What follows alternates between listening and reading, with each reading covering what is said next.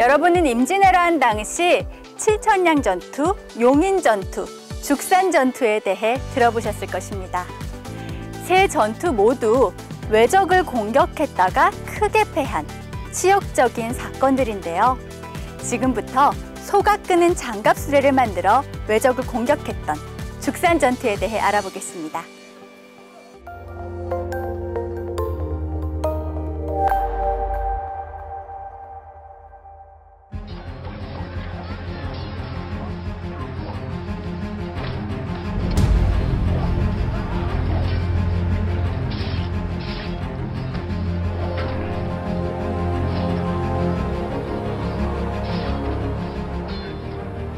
임진왜란 때 외적의 공격을 방어하다가 패배한 전투는 입에서 입으로 후손들에게 전승됩니다.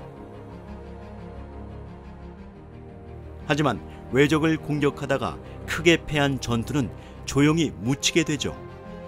참으로 부끄럽고 민망하기 때문입니다.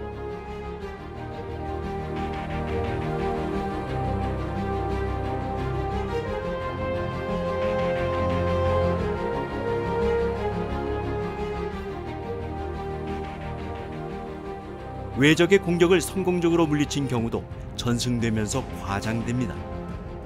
행주 대첩은 신기전과 화차가 활약한 것으로 알고 있는 사람들이 많은데요. 이것은 언론사가 과장하고 왜곡한 매체 설화에 불과합니다. 행주산성 전투를 기록한 조선왕조 실록에는 변이중의 화차를 사용했다는 내용이 전혀 없습니다.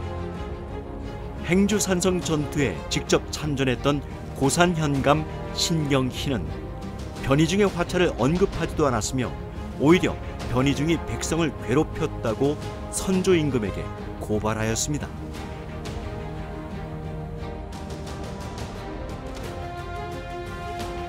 소무사 변이중은 수레 만들기를 독촉, 백성들에게 소를 바치라고 다그치므로 백성들이 그 고통을 견디지 못하고 있습니다.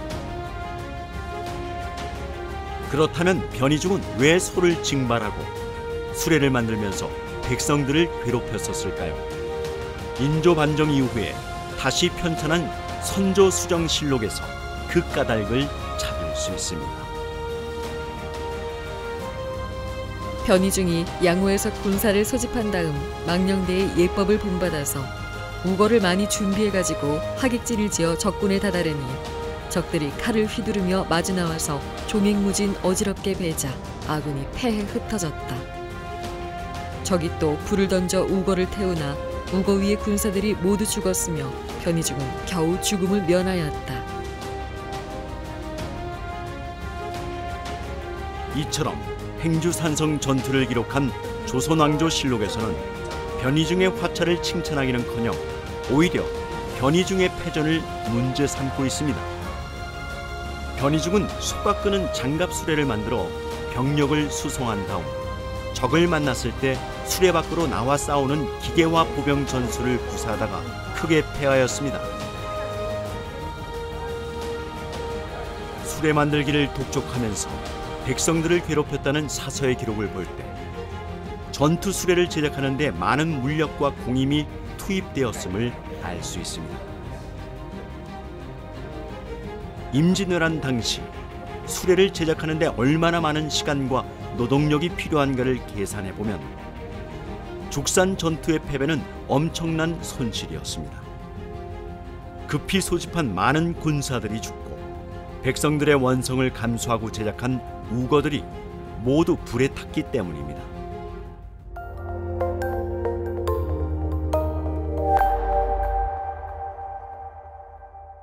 우거는 보병수송 장갑차인 APC에 해당하고요. 화차는 보병 전투차인 IFV에 해당합니다. 조선왕조실록에서는 보병수송 장갑차인 우거의 패전만 기록되었을 뿐인데요. 이상하게도 오늘날에는 보병 전투차인 화차의 승전만을 강조하고 있습니다. 보병 수송 장갑차, 즉 APC는 전투를 위한 차량이 아니라 보병들을 빠른 속도로 전쟁터로 수송하는 것을 목적으로 개발된 장갑차입니다. APC는 포탄 파편이나 적의 총격으로부터 군인들을 보호하는 수준의 장갑밖에 없습니다. 물론 돌진할 때나 보병들이 뒤에서 하차할 때 기관총으로 엄호 정도는 할 수 있지만 상반신을 노출하면서 기관총을 쏘는 것은 매우 위험한 일입니다. APC는 전차와 대적하거나 적극적으로 적을 공격할 정도의 화력은 아닙니다. APC가 활약했던 베트남 전쟁 장면을 보겠습니다.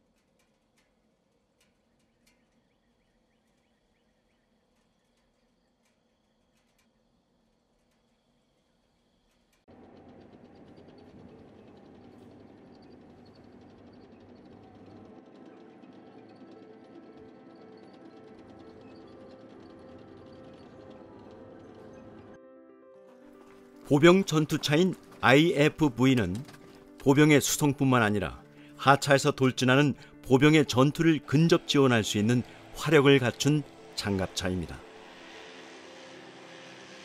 전차보다는 약하지만 포탑에서 강력한 포를 쏘면서 적을 공격할 수도 있습니다.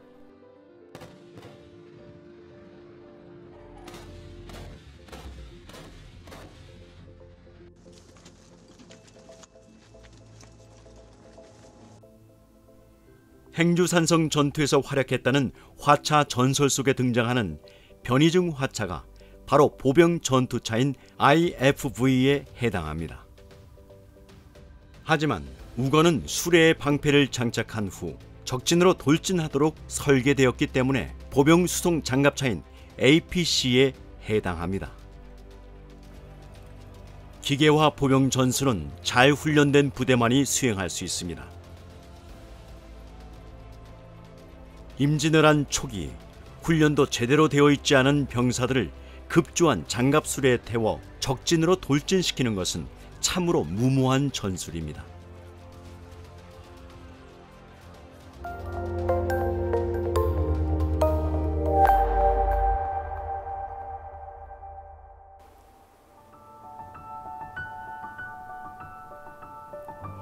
변희중의 우거에 관한 기록은 사서에 기록되지 않았습니다.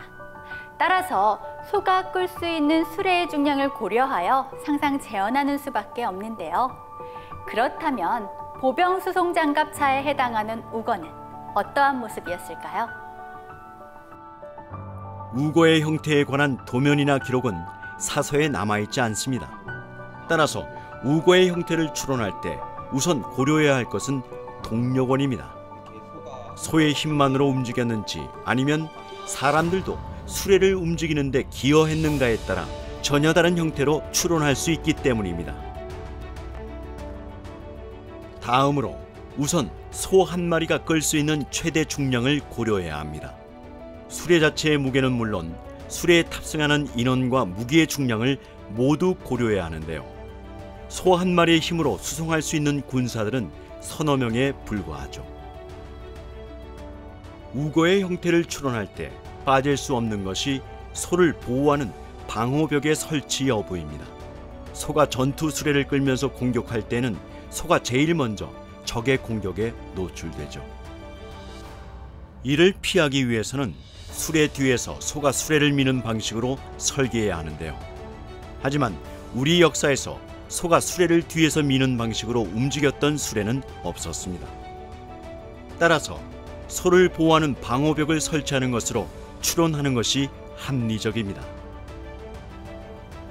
소를 보호하는 방호벽도 결국은 소가 부담해야 하는 중량에 포함됩니다.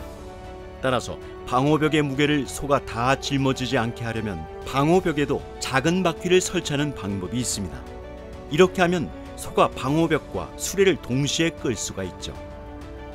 소 한 마리가 끄는 힘에는 한계가 있으므로 수레에 탄 사람들도 수레 속에서 수레를 밀면서 힘을 보태야 합니다.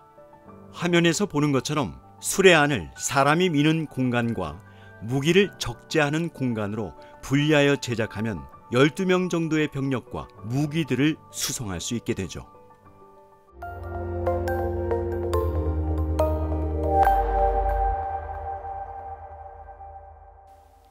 오늘날 기계화 보병부대는 보병수송 장갑차의 병사들을 태우고 적군으로 돌진한 후 적과 전투하는 전술을 구사하고 있습니다. 죽산 전투도 이와 비슷한 양상으로 전개되었습니다. 죽산 전투는 어떻게 전개되었을까요? 사서의 기록이 빈약하기 때문에 누구나 상상력을 발휘하여 죽산 전투를 이야기로 만들 수 있습니다. 조선군을 지휘했던 변희중을 중심으로 초점화하여 이야기를 만들 수도 있고, 외장인 후쿠시마 마사노라를 중심으로 이야기할 수도 있습니다. 아군과 적군의 입장에서 각각 이야기를 만들어 보면 역사 소설의 서술 방법과 소설의 시점에 대해서도 탐구할 수 있습니다. 죽산 전투 이야기는 비록 패전이었지만 드라마와 영화와 같은 문화 콘텐츠로 각색할 수 있습니다. 죽산 전투 이야기의 줄거리를 살펴보겠습니다.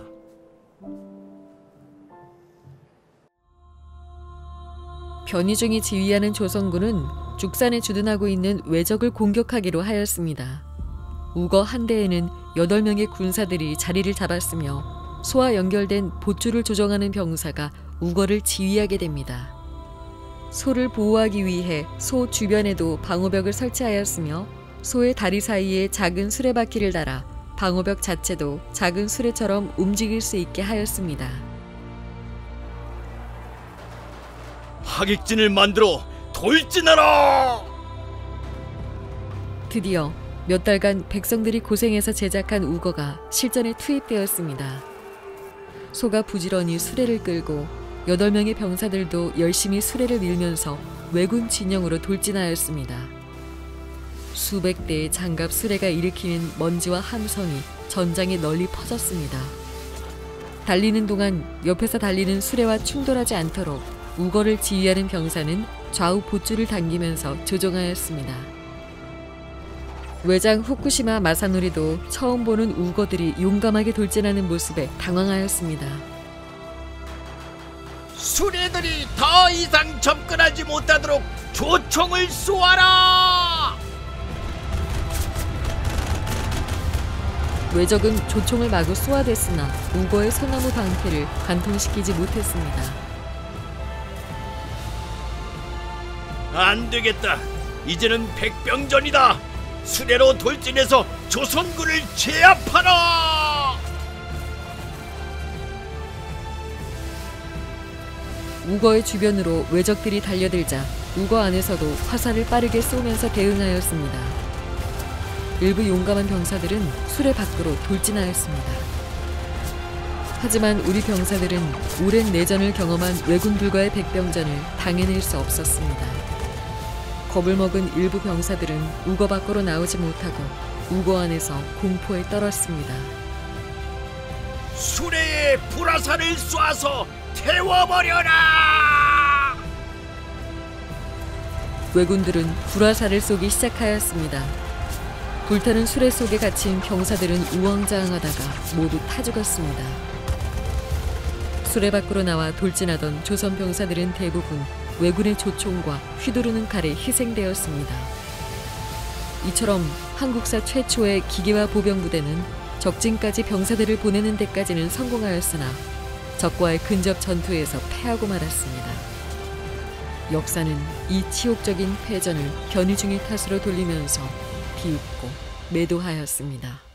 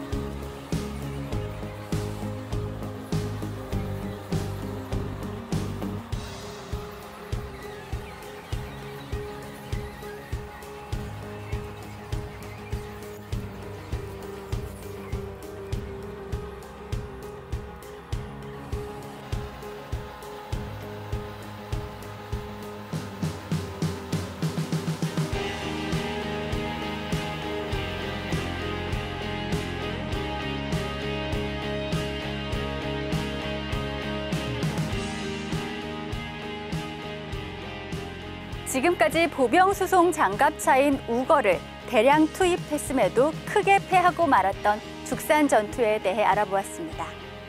이제는 조선왕조실록에는 기록조차 되지 않았던 화차 전설을 강조하기보다는 조선왕조실록에 분명히 기록되었던 죽산 전투에 대해 알아보아야겠습니다. 비록 패전이라고 해도 말이죠.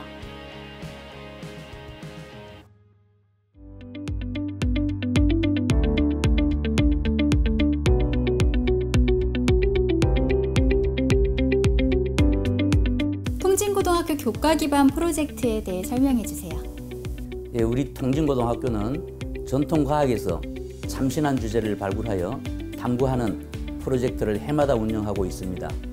올해는 임진왜란 당시 조선 최초의 장갑차 부대를 탐구했다는 점에서 의미가 있습니다. 4차 산업혁명 시대의 융합형 교육과정을 고민하면서 프로젝트를 설계하였습니다. 사서에 기록된 패전의 기록을 공론하는 데 중점을 두고 지도하였습니다.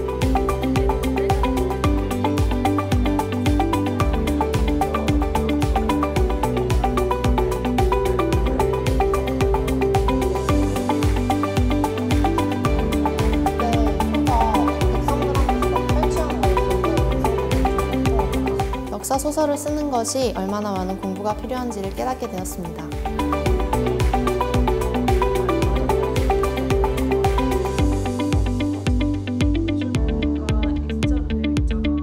조선왕조실록에 기록된 패전은 무시하면서 전설을 과장하면서 정신승리해서는 안 된다는 것을 깨달았습니다.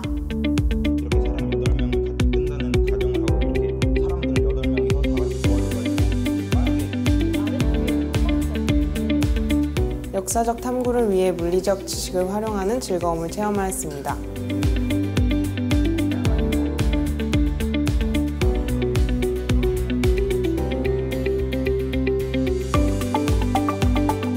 임진왜란 당시의 화폐 가치를 오늘날의 화폐 가치로 평가하는 탐구를 통해서 화폐의 가치 척도 기능에 대해서 이해할 수 있게 되었습니다.